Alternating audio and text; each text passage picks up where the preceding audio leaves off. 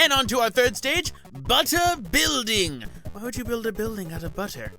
The foundation would melt. Then it'd start to smell after a few days. Plus, we also have to deal with bombers. Have you seen them? They're ridiculous. But this is the first of the levels in which we're gonna have to now start dealing with switches in order to get everything on the little hub map. And this stage right here is actually the first one in which you can get a switch. And is also the first one in which I forget how to get one of the easiest switches in the game. Because I don't play this game nearly enough and did not do a practice file like I should have. I normally do practice files before I end up doing a project. But for a lot of the Summer of Bits, I've not done it. But then again, in my defense, for the 16-bit games, which are already recorded at this point, I don't need to really practice Sonic 1 and 2 as much because I'm used to them, and same with Pokemon.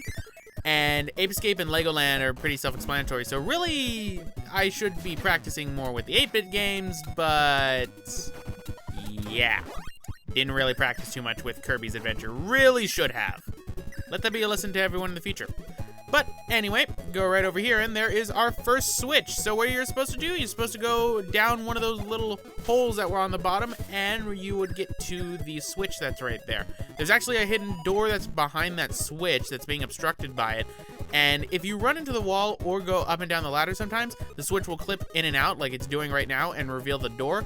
I don't notice the door, so I don't get the idea, okay, maybe there's another hidden door in this room. So instead, I leave, and we head off to the end of the stage now, because Roxas is the pinnacle of genius. But either way, here's the end of the stage, and up we go. Honestly, when going for the switches, that's what makes this game a little bit harder than normal. If you were to go just from beginning to end, ignoring the switches, this game is an easy breeze all the way through. It's fun to play, which is why I've totally died a lot of times. But at the same time, the moment you go after the switches, it becomes a little bit harder. It's still an easy game, mind you, but it's just a little bit harder. The also thing that's also annoying, because I only did a session up until the 4th level. I thought the game saves lives since this game saves. Unfortunately, it doesn't save lives. So next session, when we get to level 5, which is known as Yogurt Yard, you're going to be seeing that my life count has been reset because yay. In fact, pretty much after that, I just am going to be doing probably 1 world per session. But let us keep going across, and I need to point out, I love how this tower is with its sprite work. It makes it look like you're going around a cylindrical object, when in reality, it's just a flat 2D object with different shading on the pixels. This game really does max out the NES in terms of graphical fidelity. That is quite certain, which is why, again, I will say I wouldn't be surprised if some people possibly would think that this was an early SNES title just with a little bit drowned out colors. And the remake of this game, Nightmare in Dreamland, looks gorgeous because it uses the amazing mirror engine, which a lot of Kirby games ended up using afterwards, honestly. Alright, let's try and get our power back so then we can take on this big wheelie. Now, I haven't gone over the wheel power-up yet, and the wheel power-up is very beneficial. Pretty much, this is a big wheelie as opposed to regular wheelies. As you can tell, it is a sentient wheel. Only Japan could come up with an enemy that is a sentient wheel. Anyway, when you end up sucking up wheel, you will turn into a wheel yourself. And when you do that, you can rush forwards, backwards, you can jump, and most importantly, climb up inclines extremely fast, and be immune to spikes. Yes, I'm not joking. You're immune to spikes when you are in your wheel form, and you're going over spikes, or you are going through Gordos. That's what makes Wheel awesome. So, right here, we have Maximum Tomato in that, so let's deal with Wheel, and I got backdropped. I hate that big bug. That big bug's so annoying. I'm also very bad at fighting it, too. So, at least we're back here so I can try and make up that life again. So, let's grab the ice power-up and completely lose it and gain it back. Alright, so let's heal up with the Maximum Tomato, and I lost the Maximum Tomato. Alright, no problem. I can make up the life I just lost, so let's go and get that life, and I lost the life, and almost lost my life in the process of trying to get a life. How sad. So, These guys right here, they give you the backdrop ability, which is one of my more favorite ones. Later, I believe it was changed to suplex, as that is pretty much what this bug does. It suplexes you. When you don't have any copy abilities, you have to wait for it to launch out its bug friends at you, and then you can suck it up once you beat it, getting you backdrop. Backdrop is a very interesting ability in that you can still suck in enemies, but the moment you suck them in, instead of, you know, completely inhaling them, you instead can grab them and hit any button on the directional pad, and you will do a different little move to backdrop them, or in this case, most of the time, it is suplex. Maybe one day, my lord and master Sabin will teach me how to suplex that ghost train. Please, Sabin-senpai. Either way, let's go through our third stage of butter building. Now, this one doesn't have a switch either, so you don't need to worry. In fact, I believe there are only 2 switches inside of butter building in general. Some stages have quite a few switches when dealing with them. One that comes into mind is the 6th level that is in the game, which is known as Orange Ocean, which has a switch in every single stage. Yeah, that's pretty ridiculous. And I'm not looking forward to that because I've not fully recorded this game at this point. But go through and we got a life, so let's try and get that. And almost fall into the spikes. Now, what I don't understand is why don't I go through that other door? Because that probably leads me to that Maxim tomato that is right there, and that would be very beneficial to me. I could use a Maxim tomato so then I don't die. But pretty much what we're gonna have to do is we're gonna have to go through the different doors with inside of the stage around here, and then what we end up doing is we get to the exit, which is at the top right there. You can see it briefly, and now you can see it fully. So, go through this door, and we got another sword knight. Get rid of the block, go through the door again, and I think that there's a wall there for some odd reason, but then I realized, no wait, that's a pillar.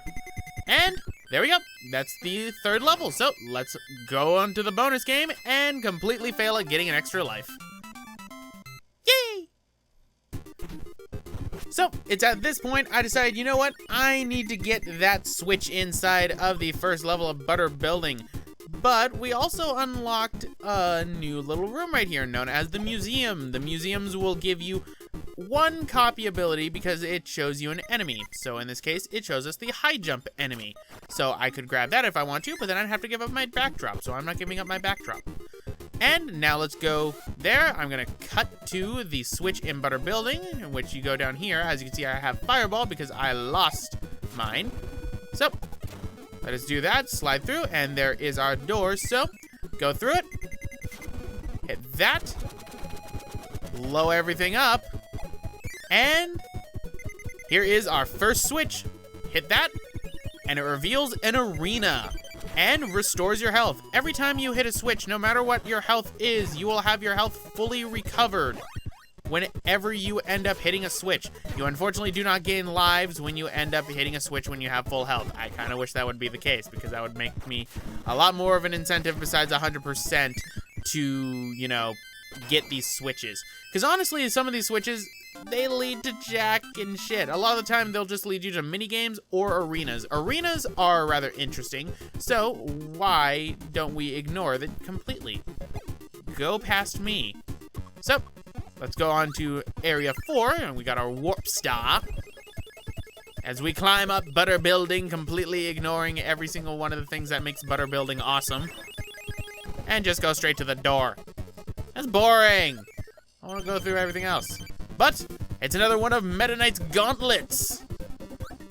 And I don't have the mighty parasol. I have just this dinky fireball ability, which is not working out too well for me. So let us dash. And look, that didn't even kill him. The mighty parasol would have made these guys a joke already. This is why you never leave without your parasol, Kirby. And honestly, why am I even trying with the copy abilities at this point? You're honestly just better off absorbing the enemies than trying to fight them, because Kirby's inhale ability instantly gets rid of them. like no matter what. So, inhale, inhale, inhale, inhale, and there you go. You're gonna notice a trend. Every time I go through one of these, I end up in a room where people are going to kill me because I always usually end up leaving those Meta Knight Gauntlet areas with 1 health. And what the heck happened right there? I didn't pay attention and I just suddenly saw an enemy explode. He went kaboom. And I don't know why. But now we've got to fly on up. We almost lost our life. And let's get this maximum tomato so that I don't lose it. And here's the end. So, go down and do another bonus game. Oh, so close to number 1. Yay!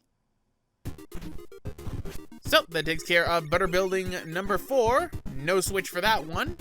But we have another mini game here. Quick draw. When the enemy draws, press the A button. If you press it too soon, you get a penalty. So yes, this is a quick draw mini game that has a little bit of input lag, I'm not gonna lie. Primarily, I noticed this the more I've played it since I end up having to redo lives. Because one thing that's interesting as well, the moment you end up turning off the game and then resetting, the game saves the last level you did. But as a result, you lose all your lives. So you're just back down to the standard 4. However, all the mini games reopen. And most mini games can get you a life if you end up doing well enough. So for example, I fail against DDD, which means I'm only going to get 1 life. I believe if you beat DDD, you get 3.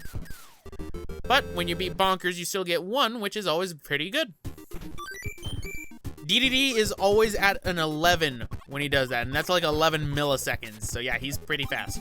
But we have another invincibility candy. Haven't had one of these in a while, so let's run like a maniac around butter building. With this awesome invincibility music playing and everything not being able to touch us. Okay, never mind, everything can touch us now. Now I am concerned. Now I'm concerned. All I have is this very, very sharp and pointy sword that can hit, stun, and completely negate anything that Wispy Woods ever did.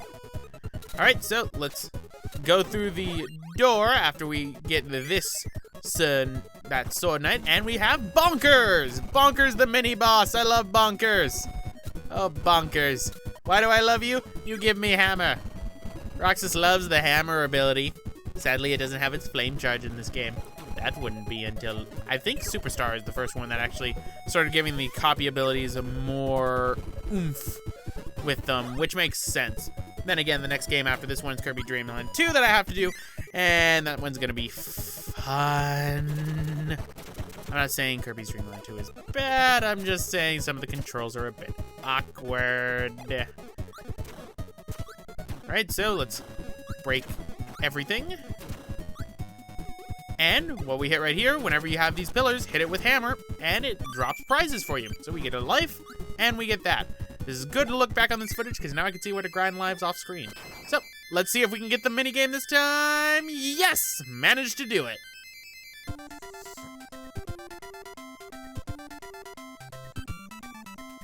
Yay! Oh, only 1? That's lame. But, that gets rid of that. Which means now we have butter building number 6, which does have a switch inside it, I believe, because there is 1 extra area to the side. If not, then there's only 1 switch here, but I could have sworn there were 2. In fact, I'm pretty positive. Uh-oh, no. No, no! Ow! No, my hammer! No, my hammer! Mine! Give me my hammer. I like my hammer. Honestly, I don't get why Kirby needs an ability to get a hammer. He could use his hands. It makes sense. But here we've got some fire enemies, and we've got ourselves a Sir Knight, or Sword Knight. Why do I keep calling him Sir Knight? Why am I thinking of something else entirely? Gordos, and we got more cannons and frogs. Evil, yet somewhat adorable looking frogs. Alright, so let's go through, not get hit by the cannon. Don't want to lose my hammer. And run across butter building yet again. This is the last main stage of butter building before you unlock the boss.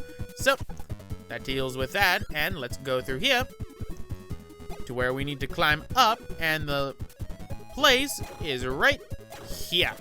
So, go through this door, and what you're gonna have to do, hit that, fly across very quickly, otherwise you're gonna get blocked off to it. And if I can just get down, get ourselves to our next switch,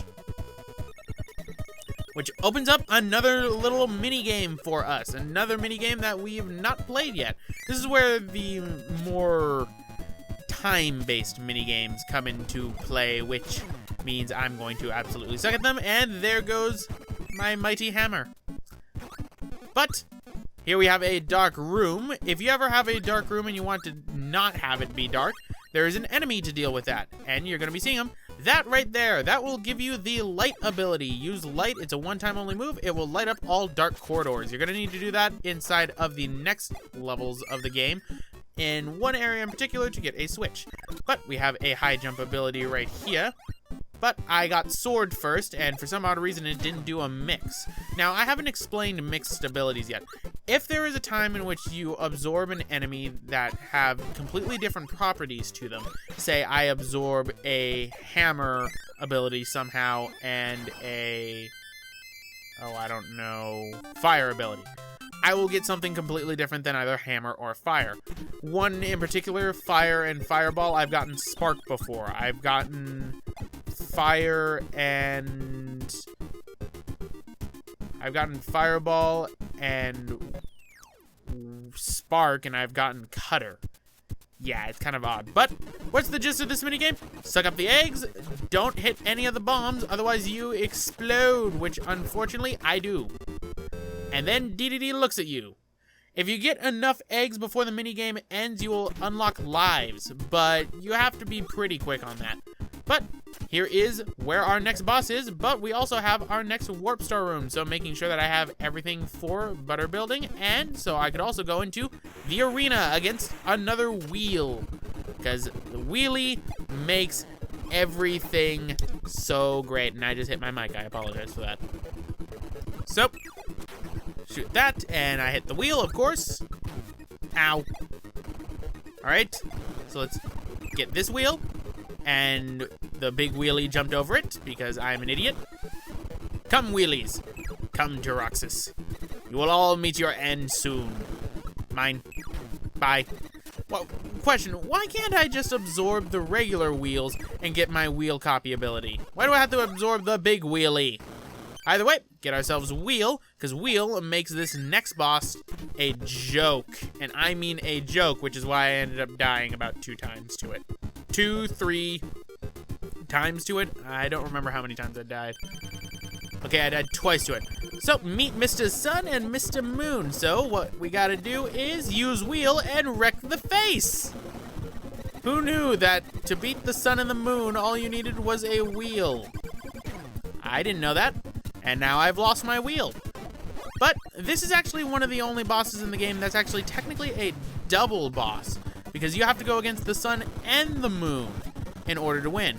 But wheel, again, makes this just extremely easy. So, let's get our wheel ability back. And there we go. That beats them, and I have doomed Popstar for all eternity. I have destroyed both the sun and the moon. What have I done? Well, anyway, guys, I'm going to end it off right here. Roxas1359, and I'll see you guys next time.